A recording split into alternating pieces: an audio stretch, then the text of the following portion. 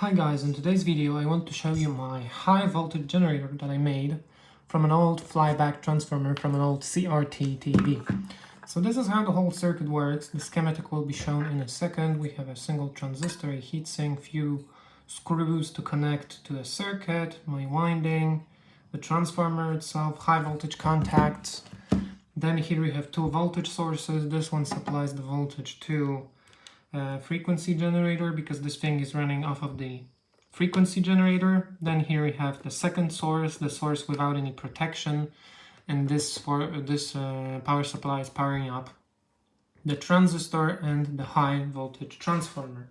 So the schematic is pretty simple.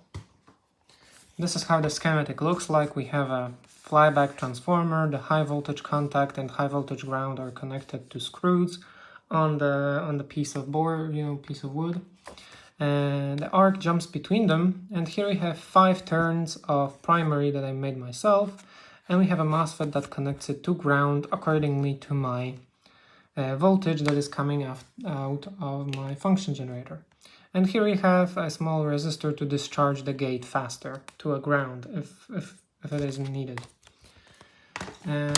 So let me show you the arcs and basically how the thing looks like. So basically let's connect it to the power.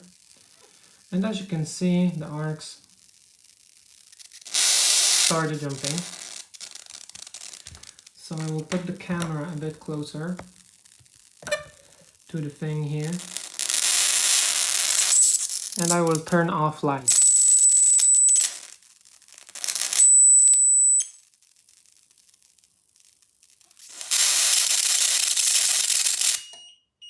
And the overload protection in my power supply kicked in. But basically, as you can see, it works decently well.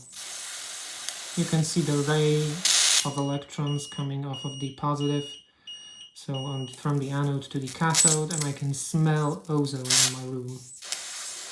So